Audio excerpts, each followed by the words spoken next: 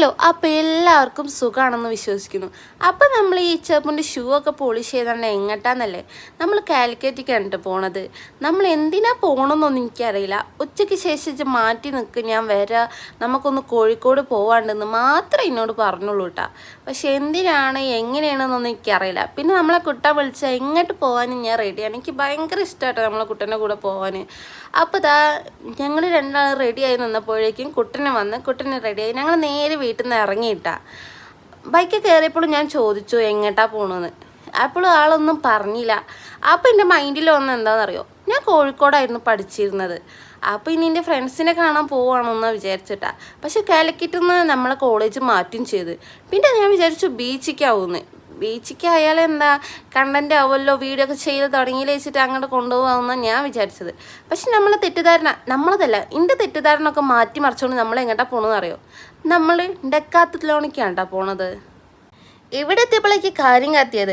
ഞാൻ മുന്നത്തെ ഒരു വീഡിയോയിൽ പറഞ്ഞിരുന്നില്ലേ, നമ്മളെ കുട്ടീനെ ഷൂ എടുക്കാൻ പോയി, പക്ഷെ അവിടുത്തെ ഷൂ ഒന്നും ആൾക്ക് പറ്റിയില്ല. അപ്പോൾ വേറെ ഏതെങ്കിലുമൊക്കെ ഒരു കടയിൽ നോക്കണം എന്നൊക്കെ പറഞ്ഞിരുന്നില്ലേ. അപ്പം നമ്മൾ വന്നേക്കുന്ന ആൾക്ക് ഒരു ഷൂ എടുക്കാൻ വേണ്ടിയിട്ടാട്ടാ. അപ്പോൾ നമ്മൾ ബൈക്കൊക്കെ പാർക്ക് ചെയ്ത് മുടിയൊക്കെ ഒന്ന് നേരാക്കിയിട്ടാ. എന്താ വെച്ചാൽ കുട്ടീനെ ഹെൽമെറ്റ് വെച്ചാൽ കുട്ടീൻ്റെ മുടി ഒരു ചപ്പാത്തി പരത്തിയ പോലെ ആവൂട്ടാ. അപ്പോൾ അതൊക്കെ റെഡിയാക്കി ഞങ്ങൾ നേരെ ഷോപ്പിൻ്റെ ഉള്ളിലേക്കാണ് കയറിയിട്ടാ.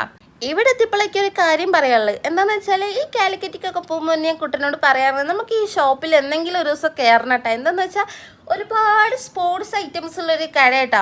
അപ്പോൾ ആ കാണാൻ എനിക്ക് ഭയങ്കര ആഗ്രഹമായിരുന്നു. അപ്പോൾ കുട്ടനും പറയാറുണ്ട് നമുക്ക് എന്തെങ്കിലും ഒരു ദിവസം പോവാന്ന്. പക്ഷെ ആ ദിവസം ഇന്നാണെന്ന് ഞാൻ ഒരിക്കലും പ്രതീക്ഷിച്ചില്ല കേട്ടോ. എന്താണെന്ന് വെച്ചാൽ സർപ്രൈസ് ആയി പോയി എന്ന് പറഞ്ഞ പോലെ ആയിട്ടോ.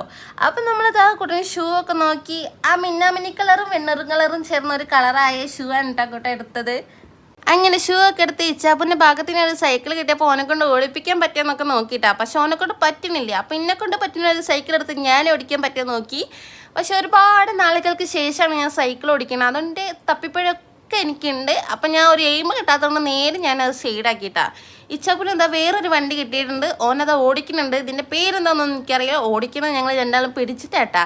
അങ്ങനെ ആദ്യത്തെ ഷോപ്പിൽ നിന്ന് ഒരുപാട് സാധനങ്ങൾ കിട്ടിയുണ്ട്. ഇവിടെ നിന്ന് ഒന്നും കിട്ടുമെന്ന് ഞാൻ പ്രതീക്ഷിച്ചിട്ടില്ല. പക്ഷേ എനിക്കൊരു വാട്ടർ ബോട്ടിൽ കുട്ടാൻ മേടിച്ചു തന്നു. അങ്ങനെ ഞങ്ങൾ അവിടെ ബില്ലൊക്കെ ആക്കി നേരെ പുറത്തേക്ക് ഇറങ്ങി. ഈ മിഠായി ഞാൻ ചോക്ലേറ്റ് അണിച്ചിട്ട് മേടിച്ചാണ്. പക്ഷേ ഒരു നട്സിൻ്റെ എന്തൊരു സാധനം എനിക്ക് ഇഷ്ടപ്പെട്ടില്ല. നമ്മൾ ഇച്ചാപ്പനെ ഇഷ്ടപ്പെട്ടില്ല, കുട്ടന് പിന്നെ ഇഷ്ടപ്പെട്ട്.